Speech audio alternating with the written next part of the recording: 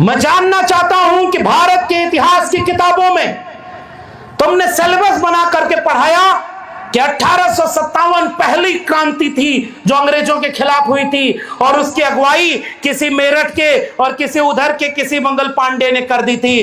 तुमने इस देश को यह क्यों नहीं पढ़ाया कि अगर वो पहली क्रांति थी अंग्रेजों के खिलाफ तो ये तिलका मांझी, ये सिद्धू कानू, ये बिरसा मुंडा, ये किसके लिए लड़ रहे थे, और अगर वो लड़ रहे थे तो उनका इतिहास कहां है, ये हम भी जानना चाहते हैं। इस देश की हुकूमत ने क्या किया?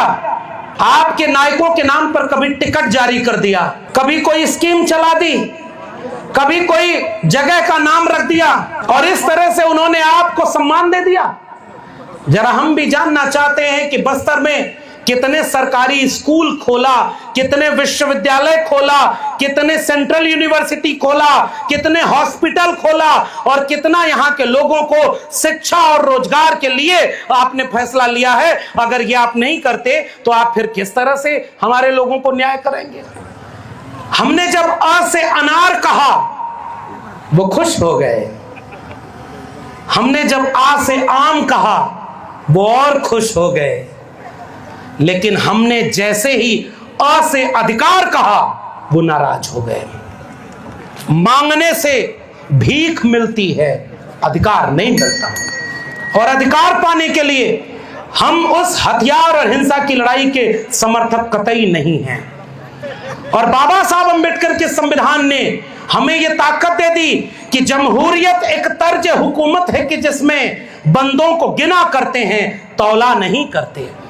आपकी गिनती ज्यादा है तो आप एकजुट हो जाओ।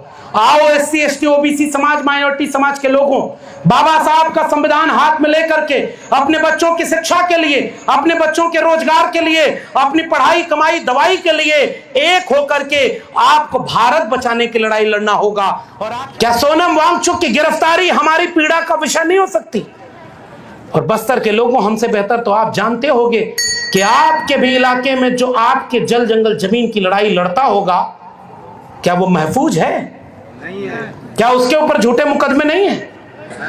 आज तो भाई ये कार्यक्रम हो रहा है और मैं भी हिम्मत करके बोल रहा हूं, लेकिन शासन प्रशासन के लोग सुन रहे होंगे और उन्हें लगेगा कि इनको भड़काया जा रहा है। नहीं साहब, आपसे तो सवाल पूछा जा रहा है कि आजादी के 75 साल बाद इस देश के आदिवासी को क्या मिला है।